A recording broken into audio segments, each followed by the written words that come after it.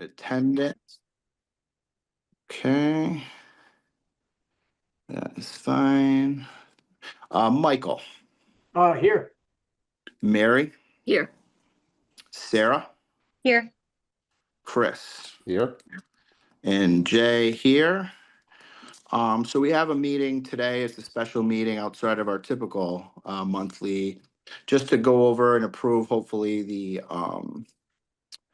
FY26 eligibility applications. And I know that we got those out to everybody, and my recommendations along with them. Were there any discussion on that? Do we feel good about it? I think they're great projects. I think I have a high degree of confidence in what's eligible and what's ineligible. And I think we're in good shape moving forward. Michael. Mr. Chairman, the only one that Sure. jumps to me, that jumped out at me was the St. Paul's Church. Well, two things. The St. Paul's Church stained glass, historically speaking, it doesn't meet the criteria. And unfortunately, it's a beautiful building, but it's not, to my opinion, it's not eligible. And the other thing was, I think it was the Park and Rec Department wanted a bathroom and a golf cart, I think.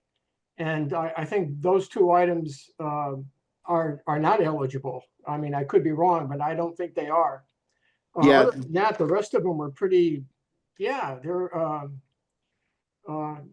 although I have to say something sacrilegious. I kind of wonder at Nick's Nest, remember the old band? Yes. Is that really eligible? God forgive me. And I hope I don't get shot for saying that. Yeah, that's an interesting one. So, just to go over each point though, is St. Paul's, right? They, religious iconography is there's a pretty clear line there. So the stained glass windows that they had were very clearly that.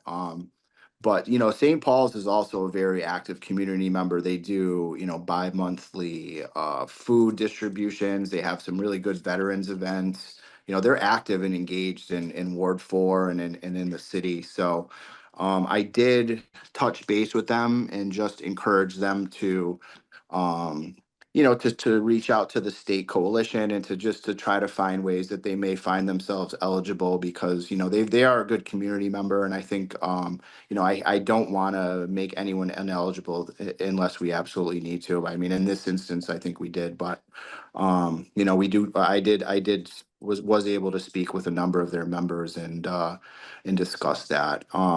Yes, the Springdale golf cart, it was definitely ineligible. Like anything that's not, even a trash can's got to be bolted down to be eligible. So that was a no-go. The bathrooms, I actually did seek guidance from the state on that.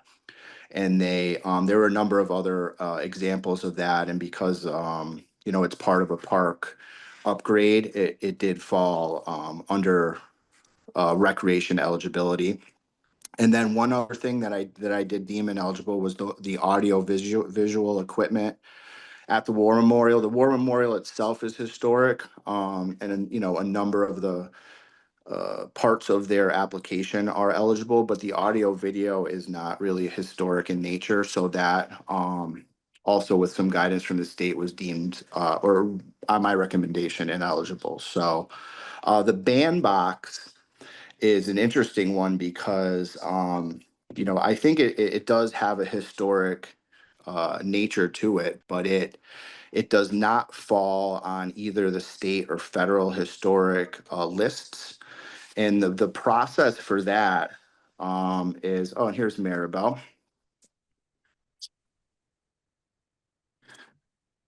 The process for that is actually that the Chris's committee, the historical commission, will review that application. Hey, Maribel, and determine whether or not it's of a historical value to us as in our local, in the city of Holyoke. So the state and the federal level, they don't feel like it's met that standard, but we as a municipality can say this is important to Holyoke. We've decided this is something that has value to us, and we're, we think that it's historical. And so Chris's commission is the one that has that responsibility. And so what we're going to do is we're going to provide Chris's committee with plenty of time, Chris, because last year we didn't give them Mhm. enough time, and I apologize for that. But we've learned our lessons from last year, and so we're going to give them as much information about why. Essentially, they're going to have to make the case to Chris and his committee why they are historical, and make their presentation at a public meeting, and then Chris's committee will vote, either yes or no. Yes, this is historical, or no, this is not historical. So Michael Moriarty from One Hoyoke is sort of advising Nick's Nest on that process. He's a little bit more familiar with some of the processes of CPA certainly, and of just the city functions in general. So he's going to be working on that. So, that one is eligible for the time being, pending Chris's committee's decision. But yeah. So did anyone else have any thoughts?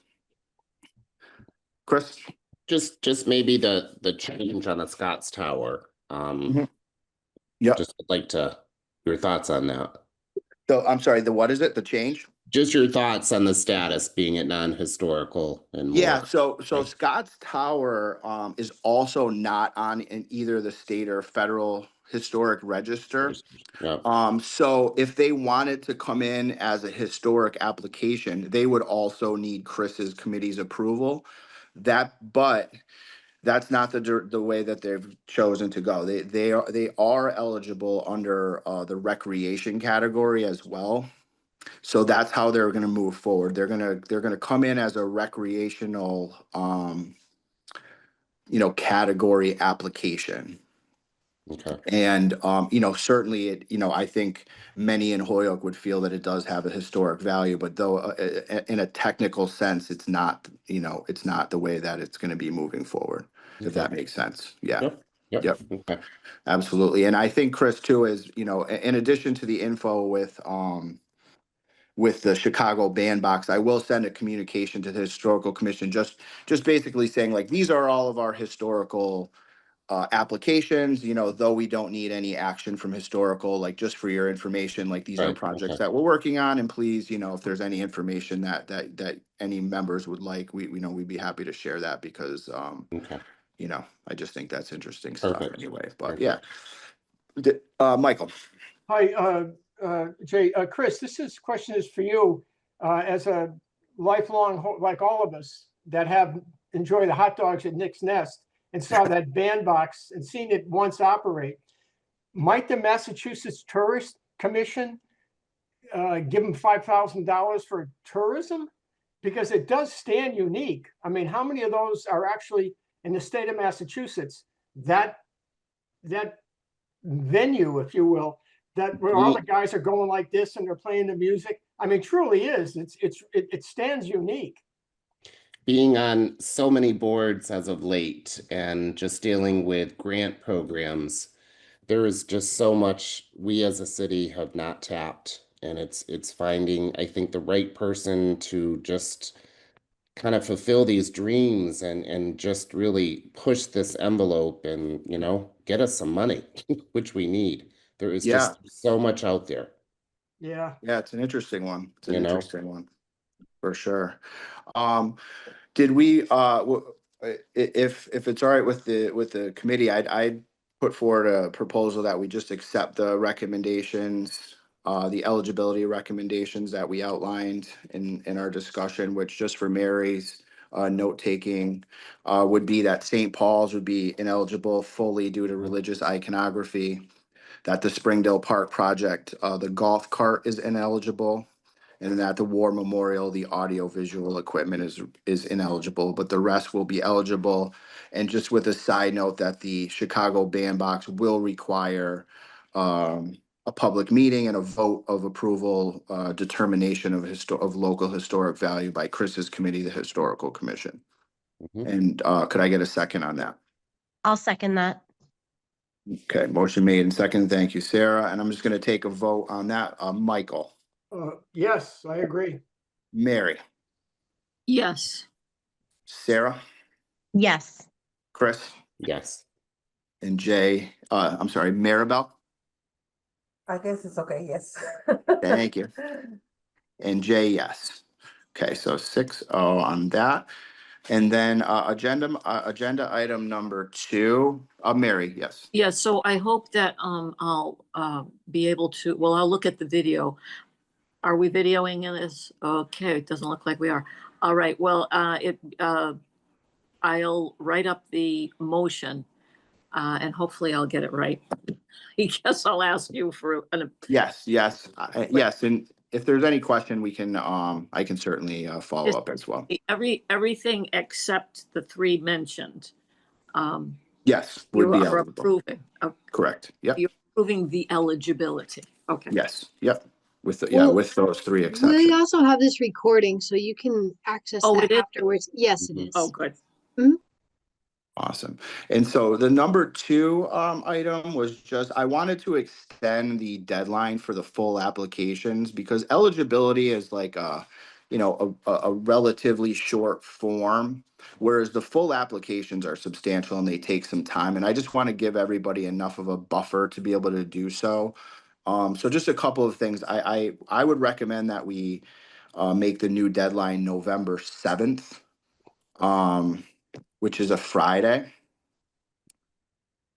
And It's the Friday after Halloween, and with just the one exception on that is that I'm going to ask Nick's Nest and Michael Moriarty to get their information to Chris's committee on the historical value of their Chicago bandbox, basically making their case for it being a historical asset by October 24th. Because I want Chris's committee to have time to, to dig into that and make an informed decision and not feel like they're being rushed through the process. And that would allow Chris to either schedule a public hearing at either their November or December meetings Okay. and still have us be able to have public presentations in January as has been our practice. Was there any discussion or concerns on those recommendations? No. Okay. so You want me to? need a motion? So the Yeah, so the motion is would be- just to set November 7th as our deadline for full applications. With the one exception, being the Chicago bandbox, their full application will be due on the 7th as well, but they need to get information into Chris's committee by October 24th. Okay. And is there a second on that? So moved. Second. Thank you. Motion made and seconded. And I'm just going to take a roll call vote. Michael? Yes. Mary? Yes. Sarah? Yes. Chris? Yes. Maribel? Yes.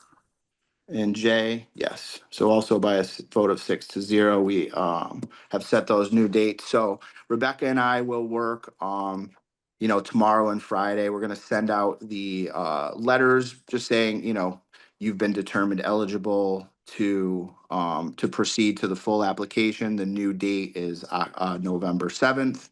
And we'll send a PDF and a link to the full application, so to make it nice and easy for them. And I'll reach out to Nick's Nest and Michael Moriarty personally, and just to explain the process. They're already aware of that, but I'll kind of walk them through that because it's it's a little bit of a confusing thing, and I don't think anyone would be expected to understand it perfectly. So I'll just make sure that they're supported in that, and then Chris will be in contact. Throughout that process. I'll probably just loop you into any of those Okay. communications, so you're Perfect. you're on board if that's cool with you. Yeah. No. Perfect. Perfect. I appreciate everybody coming out for a special meeting. I certainly don't want to take up anybody's time, but we want to make sure we get it right. And I'm glad everybody was able to engage, and I thank you all. Okay. You too. Enjoy this rainy evening. Okay. Thank you, guys. Move we adjourn. Have a Good good night. evening. Meeting adjourned. Thank you so much. Appreciate Okay, it. Good night, Bye. everyone. Good night. Take care. Bye-bye.